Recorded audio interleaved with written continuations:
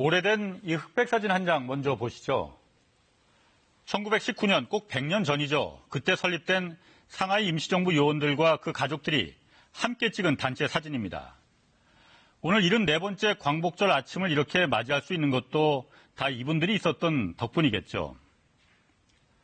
그러나 당시 누가 독립운동을 하고 있는 건지 알려주는 이 사진은 독립운동가들 속에서 암약하던 밀정이 일본군 손에 넘겼습니다.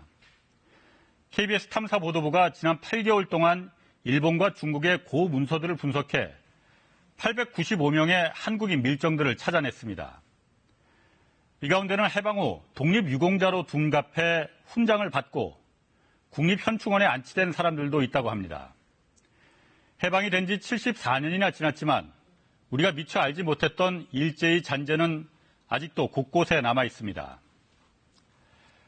서울 명동의 한 건물은 실제 주인은 물론 한국인이지만 정부의 공적 문서인 건축물 대장엔 아직도 소유자가 조선 총독부로 돼 있는 것이 KBS 취재로 확인됐습니다. 전수조사를 한 적이 없어 정확하게 파악할 수는 없지만 전국에 최소한 14,000여 필지엔 아직도 동양척식 주식회사나 조선신탁 같은 일본 법인들이 소유주로 등재되어 있다고 합니다. 그동안 일제 자산의 잔재 정리를 전담하는 기구가 없다 보니 청산되지 않은 과거사의 그늘은 여전히 드리워져 있습니다. 과거사 문제를 빌미로 한 일본의 경제 도발로 요즘 누구나 그 길을 이야기합니다.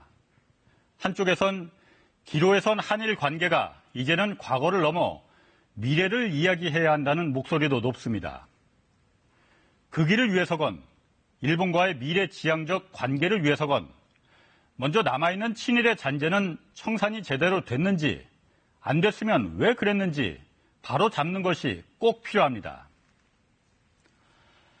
며칠 전 일본의 한 기업이 한국의 일본 제품 불매 운동에 대해 한국은 금방 뜨거워졌다가 금방 식는 나라라고 비아냥거린 것은 우리 스스로를 돌아보게 만듭니다. 이런 망언이 다시는 나오지 못하게 하기 위해서라도 그 길을 위한 친일 잔재 청산이 한때의 구호로 끝나선 안 됩니다.